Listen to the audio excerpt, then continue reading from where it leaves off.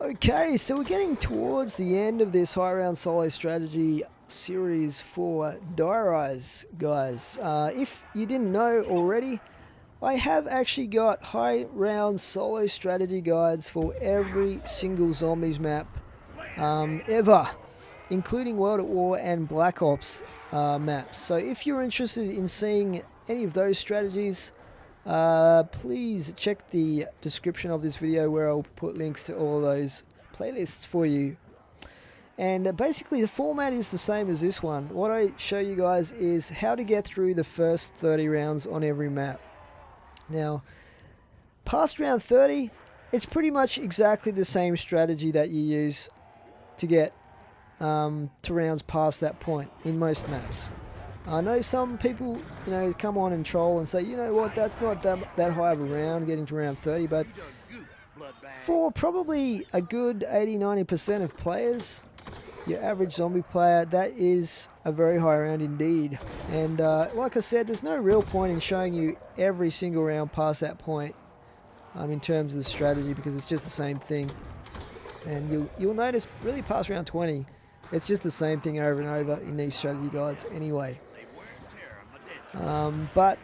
Basically the spawn rate is usually constant from round 40 onwards, so that's one major landmark when you're going to high rounds.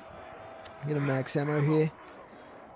There are a few other things and little tactics that might be useful as well, such as how to get ammo, how to re-roll mystery box for your wonder weapon, stuff like that, that might be useful to show you guys past round 30 as well, perhaps. So I might add those on in some of the series, but yeah, when I started off playing zombies way back in the day in World at War, in Nacht and those maps, what I found useful in terms of video guides is the guides that showed you all of the starting rounds. Like, there were guys that would just show you like 3 minutes of one round at round 20 or 30, and to me that wasn't that helpful. I wanted to know what path they took through the map, which doors they opened first, which perks they bought first, which guns they got off the wall, and how to deal with the first few dog rounds and stuff like that.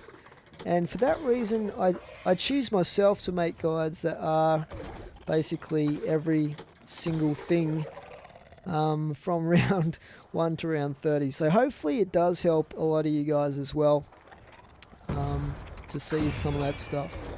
So you can see at this point the claymores are not killing the minion zombies.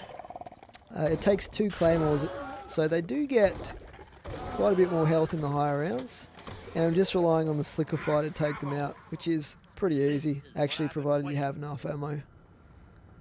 And we are on to round 29, guys.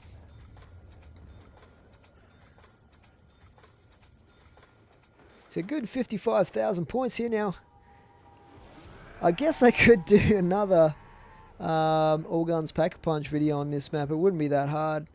It would just be annoying going around the whole map to get to the pack-a-punch each time, but that's something I'm considering doing because I did get quite a good response to my all guns pack-a-punch on the town map video. It was a lot of fun as well. I think most people enjoy seeing the pack-a-punch guns and what they do and all that stuff. I think probably Nuke would be a little bit more suited to a video like that though, although there's only, I think, 2 or 3 guns that are different to Transit in Nuketown. Got the LSAT, I think the M27, correct me if I'm wrong. I haven't played Nuketown for a while. And stuff like that. The B23R, which isn't in the town survival map either.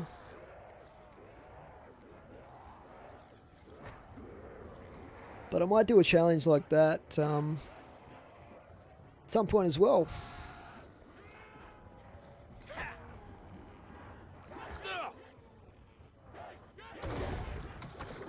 So there's that spot again where I like to shoot the zombies at. I think it's probably as good as anywhere in this particular location of the map. We get another max ammo down there, so you'll be reasonably comfortable there. I just have to be careful not to slide my way off the side of the building there. But you'll be reasonably comfortable for ammo right up to probably around 50 or 60 in my experience in this map, before you have to really start worrying about it. As opposed to, say, Transit, where ammo becomes an issue for your regular weapons at about around 40 or so. Obviously though, in Transit you have the jet gun, which never requires ammo, which is the beauty of that thing. But the slicker fire obviously makes getting through the rounds much quicker, provided you have ammo for it.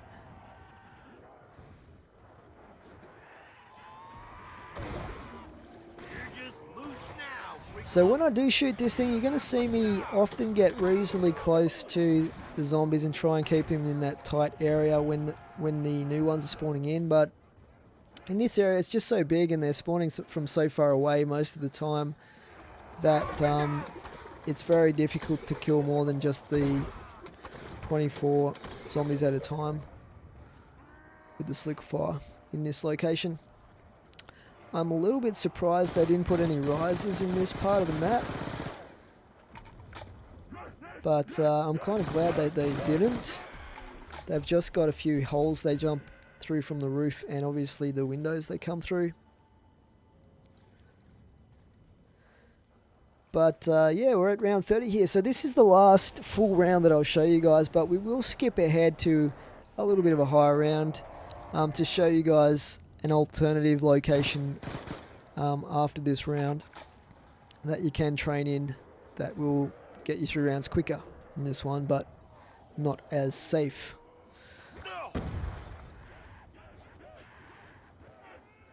So yeah, what do you guys think about the fact that Treyarch put the flopper perk machine in this map but didn't give us access to it? That was pretty harsh of them. Like, this map would have been awesome with flopper. Like, you could drop down to a few of the areas a bit safer. A lot safer. And you could also use some close quarters explosive weapons like the RPG, Mustang and Sally and stuff without blowing yourself up. I think they should have put it in. I don't know why they didn't. Hopefully, we see it at some point in a future DLC map. Okay, anyway guys, I'm just going to recap the strategy that I've used in this gameplay, and this in my opinion is the best and safest strategy for getting the high round solo. We have made sure we have the Perma-Jug perk ability for the character at the start of the game. Now to get that, all you need to do is get downed without Jug a couple of times until you get the magic, the puff of magic, and your character will make a comment as well about it. So the easiest way to do that is jump off the side of the building a couple of times until you get that unlocked.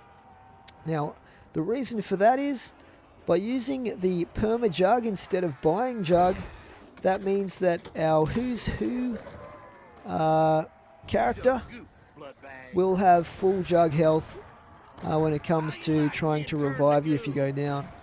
Now, what that means though is that you can't buy Jug, or you risk losing that ability if you get downed while you have Jug. So for that reason, we have not bought Jug in this game. The other thing is, the reason that we haven't gone and got all 6 perks by getting the free perks off the minion zombies is if you get more than 4 perks and you get down, you can't buy back Who's Who or Quick Revive, depending which one you lose. So for that reason, we're limiting ourselves to 4 perks so that we can buy back Quick Revive or Who's Who if we get down. So that will enable us basically to buy unlimited Who's Who and also the regular limited amount of Quick Revives. So this is all with getting to the very highest round possible in mind, this strategy. If you just want to have a fun game, getting to a reasonably high round but nothing too crazy, I would probably recommend getting all the perks, just for the luxury of having every single perk in the game. The 2 perks apart from Quick Revive and Who's Who that you buy is completely up to you. In this case I got Speed Cola because I think it helps in minion rounds if you need to use weapons. And I got Double Tap as well.